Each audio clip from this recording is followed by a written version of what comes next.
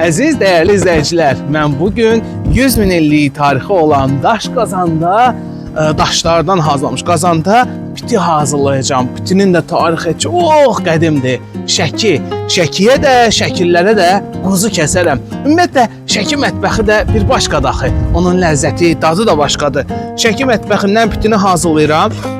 Şəkillərdə də fərqli formalarda piti hazırlayırlar. Mən çalışacağım ki, bugün tam orijinal Şəki pitisini hazırlayıb. Əgər nə isə düz etməsəm, şəkillər məni üzrlə hesab etsin. Amma çalışacağım ki, bütün bunlar hamısı düz olsun. Deməli, quzu əti varımdır burada, quyruq var, soğan var, şabalıd, alça qurusu, gavalı qurusu da ola bilər, noxud saylandır, bir də ki, sarı çiçək əlavə edəcəm. Düzdür, çox yerdə zəfəran deyirlər, zəfəran ayrı, sarı çiçək ayrı. Şəkidə çox yerdə zəfəran yox, sarı çiçəkdən əlavə edirlər. Zəfəran da əlavə edə bilərsiniz, mən demirəm, amma o yanlışdır. O da ola bilər, bu da ola bilər. Başlayıram bunları yığmağa. Əvvəl ətləri yığıram. Qəşəng iri formada doğranmış ətlərim. Bu bura, belə. Bunun üstündən biraz doğranmış quyruq əlavə edəm. Əslində ət yağlıdır ya, yaxşıdır. Bir də ki, noxudu əlavə edirəm. Əslində noxud şəkidə saylandır. Pitiyə noxud sayla əlavə olunmalıdır. Mən 2 xörək qaşığı əlavə edirəm. Yox, görürəm az olacaq. Birini də əlavə edeyim. Aha, kifayətdir. Başqa heç nə əlavə etmirəm. Suyunu tökürəm.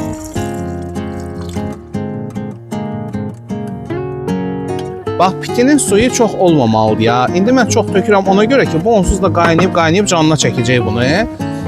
Pitinin suyu yarıdan olanda yaxşı olur. Çox sulu olanda o boz-boş olur.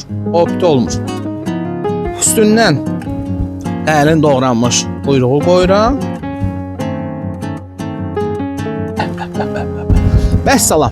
Qapağını bağlayıb duzu hələ tökmürük. Duz, şabalıd heç tökmürük hələ. Qoyuram odun üstünə. Özdə zəif odun üstünə qoyuram. Bilirsiniz niyə görə zəif odun üstünə qoyuram? Çünki bu daş qazandır. Daş qazanı birdən-birə gür oda qoymaq olmaz. Qoyuruq onu yavaş-yavaş isinsin. Ondan sonra kəfini yığacağım. Bütün bunların hamısını yavaş-yavaş görəcəksiniz.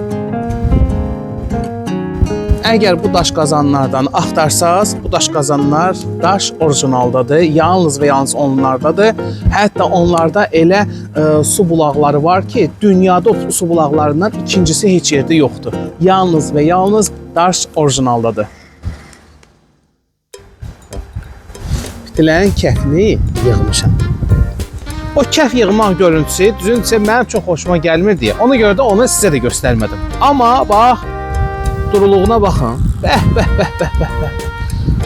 Tərtəmiz. Quyruğu da yavaş. Suyu da gördünüz ki, azalıb. İndi var, ora əlavə edə bilərik nəyi? Soğanı.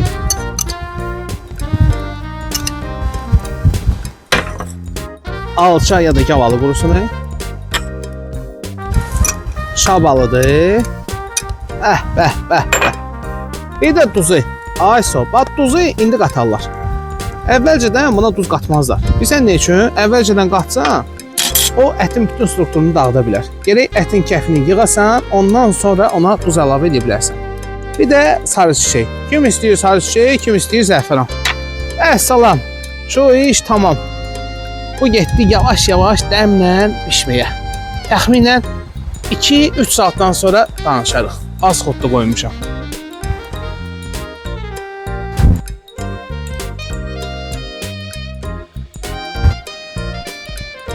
Bəh. Piti var, belə olar. Suyu çox olmaz. Özdə hələ də dəmdədir. İndi yavaş-yavaş bunu servis edirəm.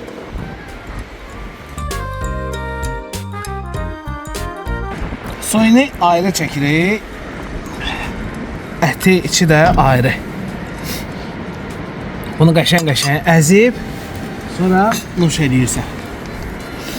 İndi orucluqdur, Ramazandır. Mən bunun dadına baxa bilmirəm. Amma iftarda bunu qəşəng nuş edəcəm. Suxarisi bu yanda. Bunu qəşəng əzib üstünə sımağından töküb yeyəcəm.